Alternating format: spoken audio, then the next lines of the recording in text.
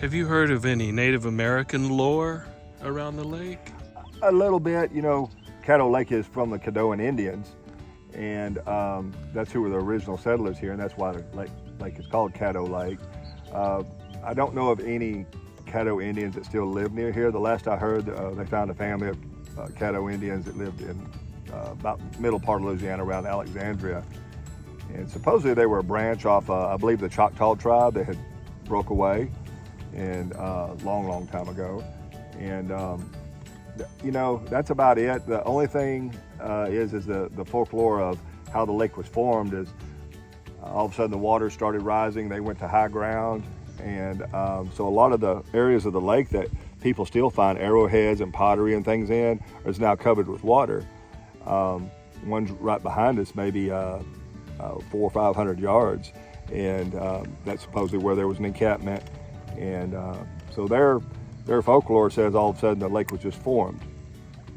And you never know what to believe over the years. What's true and what's not true.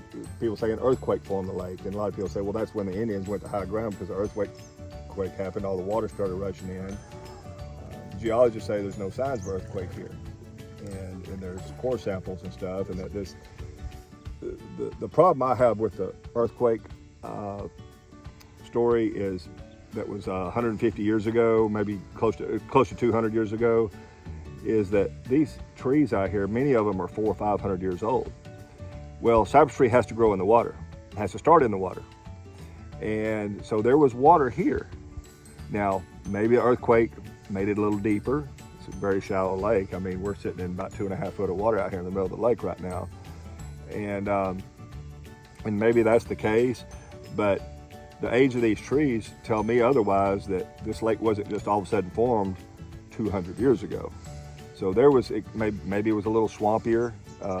It was definitely lower because the areas they find the arrowheads and stuff in, you have to get out in waist to chest deep water and rake the bottom for.